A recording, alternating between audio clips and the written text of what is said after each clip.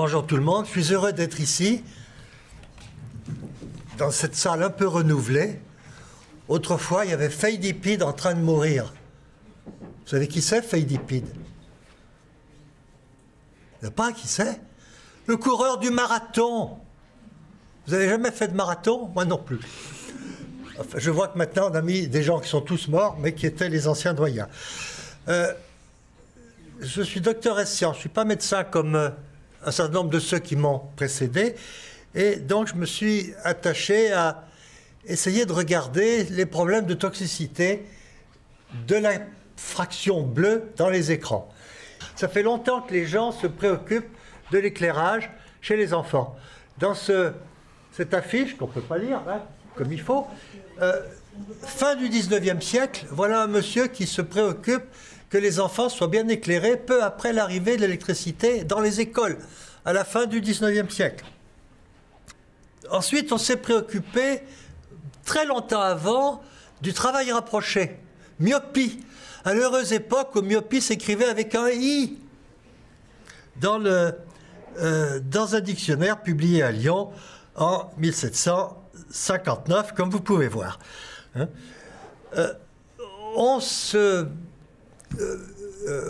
On a commencé à cette époque-là à relier la myopie avec le travail rapproché. C'est un peu loin de la lumière bleue. Ensuite, on a commencé dans les années 80 à mettre des lunettes de vue aux enfants, y compris aux bébés à partir des années 80-82, de la création de la consultation bébé vision, qui a commencé à Lyon, à l'hôpital Lyon-Sud. Et progressivement, on voit de plus en plus les bébés pris en charge sur le plan visuel très tôt. On peut mettre des lunettes à partir du 4e mois quand c'est nécessaire. Et je vois ici quelques personnes d'origine asiatique chez lesquelles la myopie a une incidence considérable et plus de 90% des étudiants de Beijing, Pékin, sont équipés de lunettes. Mais c'est un problème un peu différent. Le point qui est important, c'est que la myopie est largement déclenchée par le travail rapproché. C'est pour ça qu'on l'appelle myopie scolaire, dont on s'aperçoit souvent vers 4-5 ans. Elle est peut-être là depuis plusieurs années. Dans la vie quotidienne, vous avez eu tout l'après-midi des images de gens sur écran, dans des conditions où l'écran épuise le type de gauche et le gamin à droite qui regarde son écran à une heure avancée de la nuit.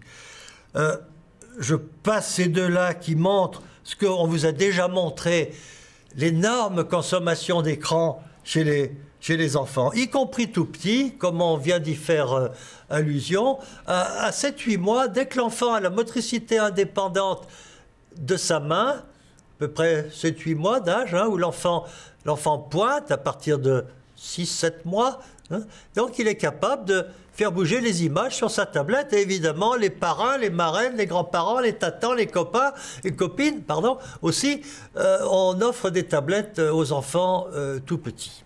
Bon, mais c'est des choses qu'on vous a déjà dit pendant tout cet après-midi, mais que je confirme. Le portable sème la zizanie dans les collèges. Ma fille est enseignante. Les portables qui sonnent parce qu'ils oublient. Ils peuvent sonner à l'opéra aussi. Hein. Mais enfin bon, voilà. Hein. C'est des problèmes attentionnels qu'on vous a déjà cités. Je voudrais reciter le livre de Desmurget qui est sur la table là, TV lobotomie, mais ce n'est pas tout à fait mon sujet. Mais je dois dire que je suis assez d'accord avec ce bouquin, qui cependant néglige les aspects positifs qu'il peut y avoir à l'observation d'écrans de télévision. En réponse, il y a un petit livre de l'Académie de médecine, alors que je n'ai pas mis en diapo, mais qui est également extrêmement incomplet, et qui lui est complètement favorable. Il est dirigé par un gynécologue, ce que je respecte, hein. Si j'en avais pas eu, je serais peut-être pas là. Enfin, bon, si j'avais pas bénéficié de ces soins, je serais peut-être pas là. Un traité de l'Académie de médecine qui ne considère que les aspects positifs et ignore, par exemple, il est paru 2 ans après le livre de Desmurget, il n'est pas cité. Bon. Alors, quelques bénéfices des écrans, on en a parlé. Bon. Le problème d'éducation parentale ou d'éducation de l'assistante maternelle dont Elisabeth Lecard vient de dire un mot. Les risques, on vous les a dit déjà, j'en ai entendu, bon, l'addiction aux écrans. Alors maintenant, on va centrer sur quelle lumière est émise par ces maudits écrans. Les écrans d'aujourd'hui sont faits avec des LED, Light Emitting Diodes. Le spectre lumineux de ces écrans est l'objet depuis plusieurs années d'un nombre accru, accumulatif d'articles scientifiques. En voilà un par exemple. Il faut comprendre les risques de la phototoxicité sur l'œil. On ne s'intéresse plus à ce qui se passe au niveau cérébral ou sommeil. On va s'intéresser à ce qui se passe sur la rétine. Alors bien sûr, on sait que on commence à mettre en évidence des effets phototoxiques possibles sur la rétine à partir de la gamme courte de longueur d'onde, c'est-à-dire la gamme qui était la limite entre le bleu et le violet. Alors, je vous ai mis là deux articles français. L'un, celui du haut est lyonnais, c'est dirigé par Mme Corinne Dodd, qui est la prof d'ophtalmo de l'hôpital d'Ejnet, et qui a fait un travail chez les guides de haute montagne. Ce n'est pas notre problème. Mais elle montre très bien des pathologies particulières chez les gens qui passent un certain nombre d'heures au-delà de 3500 mètres. Donc, ce n'est pas mon cas. Voilà. En bas, en revanche, un article de Serge Picot, Institut de la Vision Paris, José Saël et compagnie, qui montre sur des cellules rétiniennes en culture, qui montre la différence de toxicité en fonction de la longueur d'onde, et qui montre les longueurs d'onde qui sont les plus toxiques par rapport à celles qui sont moins toxiques dans cette gamme du bleu. Avec évidemment au milieu, ou deux tiers supérieurs, la petite gamme du bon bleu, dont j'imagine que Gronfier vous a gavé tout à l'heure. Voilà. Alors, la flèche bleue, qui est le bon bleu, hein, tout le reste étant possiblement toxique. Le problème de ces diodes, c'est que, vous voyez la LED blanche, hein, au milieu en bas, hein, qui montre effectivement un pic juste à l'endroit du mauvais bleu. Le problème, à partir de là, est de savoir quelle est la quantité de ce mauvais bleu qui est émise par ces écrans. Si vous sortez là aujourd'hui, depuis demain c'est le printemps, non, ou bientôt, enfin bon, depuis 3 jours il fait beau, vous sortez là, dehors, vous allez jusqu'au tram ou à la sortie de métro, vous allez prendre une quantité de bleu considérable, sans rapport, enfin, par rapport à ce qui est émis par l'écran lui-même. Hein? Alors bien sûr, c'est le jour, je ne parle pas de l'effet chronobiologique, qui n'est pas mon sujet, hein, dont mes prédécesseurs ont parlé. Le problème est de savoir à quel niveau de la rétine est-ce que ça pourrait intervenir sur la physiologie des neurotransmetteurs, des enzymes, etc.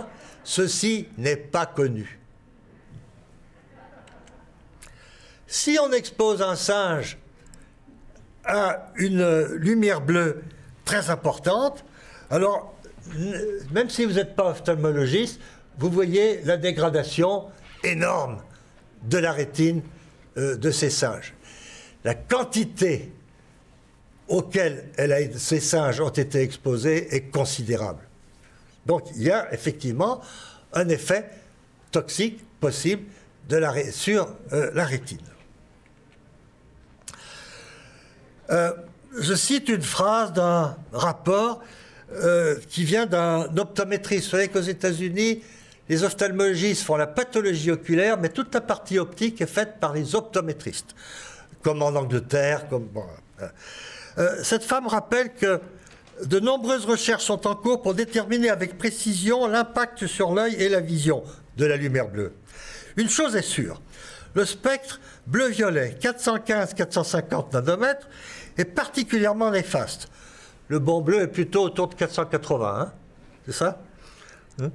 Il pénètre profondément, provoque des réactions photochimiques susceptibles d'endommager les cellules rétiniennes avec effet cumulatif.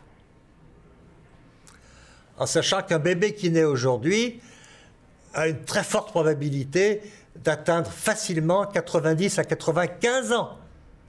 Ces problèmes ne se posaient pas quand mes grands-parents avaient une espérance de vie autour de 60-65 ans.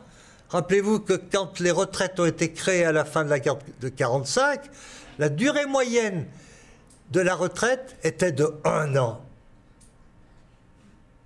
Ce qui veut dire qu'au moment de la retraite, 45% des gens étaient déjà décédés.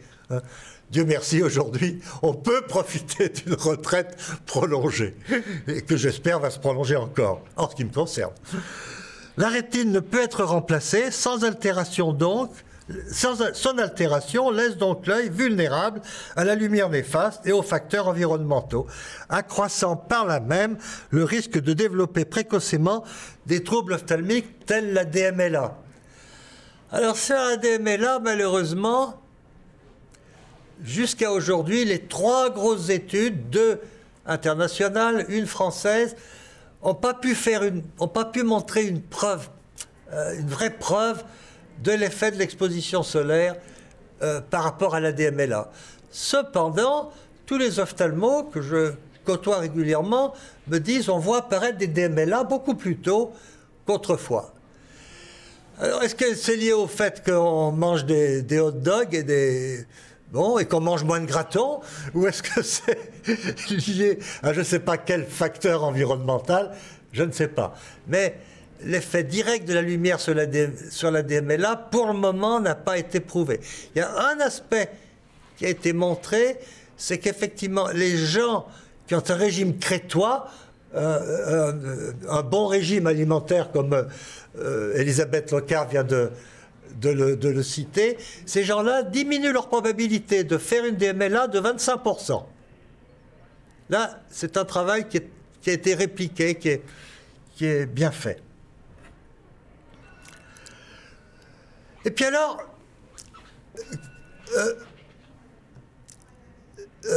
les entreprises d'optique, Essilor, la plus grande entreprise d'optique française, qui est très internationale, mais qui est française, et dont je dois dire je suis proche, j'ai été leur conseiller pendant quelque temps, Essilor a développé une gamme de verres qui se caractérise par sa simplicité de mise en œuvre. Cette compréhension approfondie des utilisateurs d'outils numériques a abouti à la combinaison de 2 technologies de pointe de distribution de puissance et de filtrage de la lumière. Le problème est d'avoir un filtre qui va épargner certaines longueurs d'onde et filtrer juste les mauvaises. Cette alliance technologique brevetée, à la base de conception de verres unifocaux Essilor, Aizen, zen pour le zen, hein, le calme, pour amétrope et hémétrope, et des verres mi-distance Aizen pour presbyte répond parfaitement à cette nouvelle vie connectée. Et puis il y a 3 jours, je rencontre une dame à l'association Valentin Haoui, dont je m'occupe, qui accompagnait quelqu'un qui était pas malvoyante elle-même, me dit « Ah, vous savez, c'est formidable. » Une dame qui est au travail, hein, qui est en activité, pardon. Et cette dame me dit « Vous savez, elle m'interroge sur les écrans, et je lui dis « Ben voilà, il y a tous les risques, il y a la fatigue, etc. » Elle m'a dit « Vous savez, depuis 7 ou 8 mois, j'ai des nouveaux verres, et je suis parfaitement à l'aise. Et j'ai plus mal aux yeux, et je travaille une bonne partie de ma journée sur écran, et j'ai plus les problèmes que j'avais avant. » Alors, je ne suis pas là pour faire de la pub pour Essilor, mais alors, bien sûr que les gens de chez Essilor, Thierry Villette, les directeurs recherche et développement, Cohen Tanouji, etc., disent, tu sais, ce verre est formidable, François. Hein, la prochaine fois, quand on fera une paire de lunettes, je t'en donnerai. Je ne passe pas ma vie sur les écrans, je n'ai pas de soucis.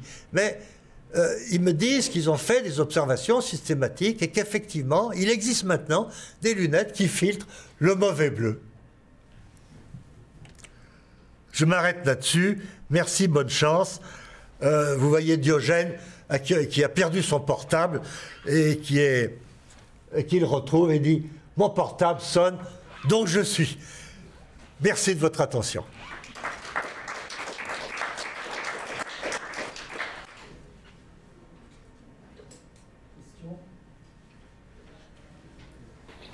À la suite de ton exposé, on peut dire que quand on propose des lumières enrichies, donc en lumière bleue, c'est à proscrire totalement pour... Oui, alors, bon, comme je l'ai dit, je suis président de l'association Valentin Aoui à Lyon, qui vend du matériel spécialisé pour personnes malvoyantes, bon, mais également, bon,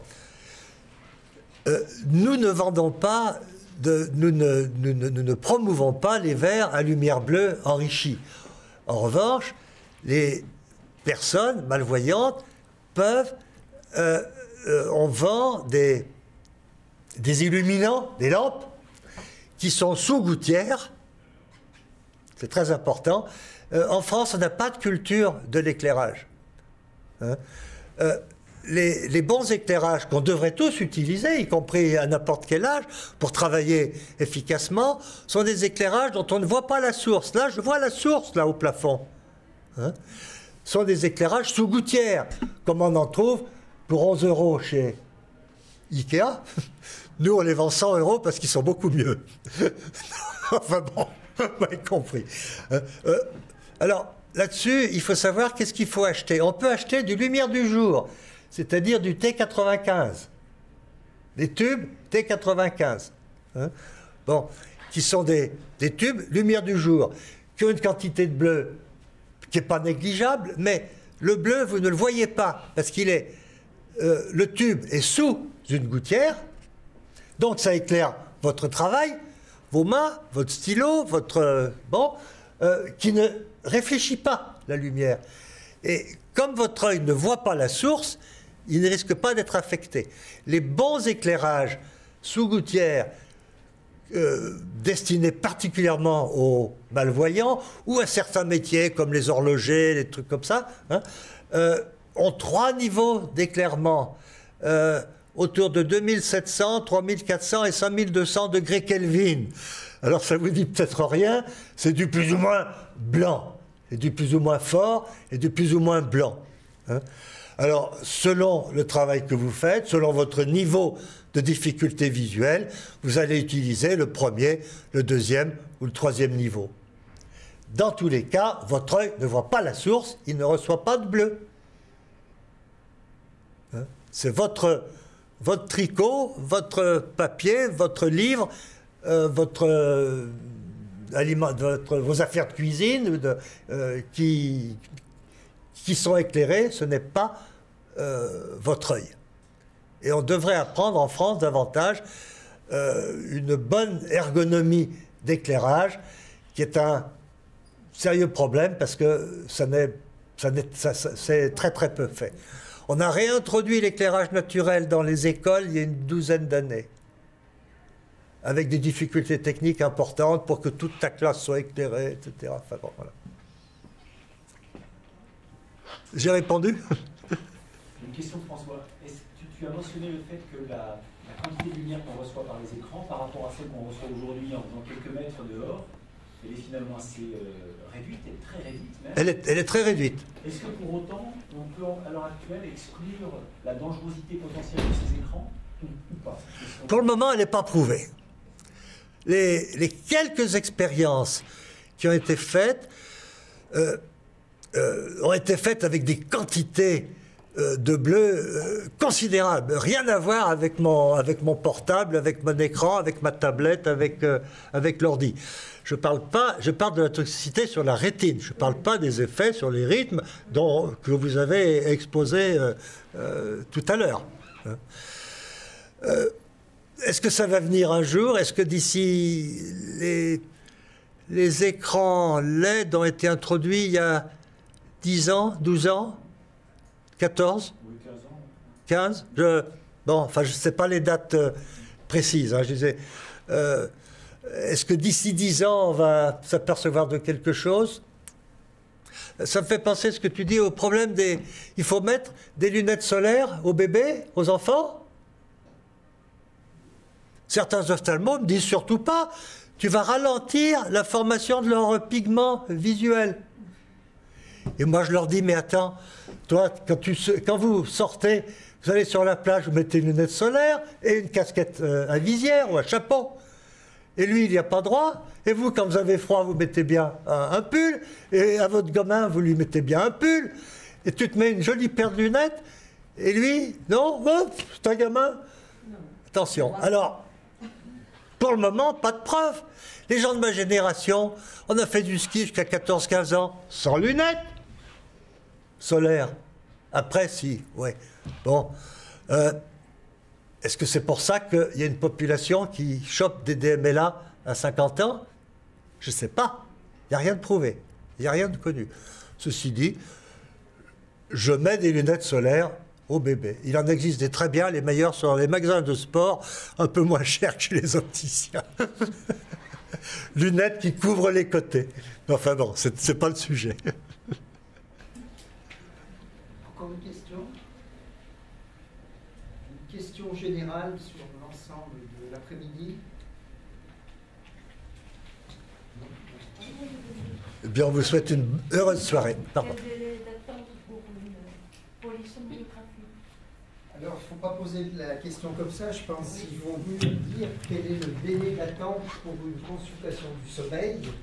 Donc, je pense que, de toute façon, il y a au préalable une visite chez un médecin généraliste qui devra adresser le patient à un centre du sommeil. À l'heure actuelle, sur Lyon, donc toutes les consultations sont regroupées, enfin tous les services qui étaient éparpillés dans les différents hôpitaux lyonnais sont regroupés à la Croix-Rousse. Donc c'est sur le site de l'hôpital de la Croix-Rousse que vous trouverez toutes les adresses. Et si je peux me permettre, du coup, moi je représente l'ANC, qui est l'association narcolepsie, cataplexie et hypersomnie rare. On s'associe souvent à une journée du sommeil dans les différentes villes qui sont proches de chez nous. Moi pour la région Rhône-Alpes.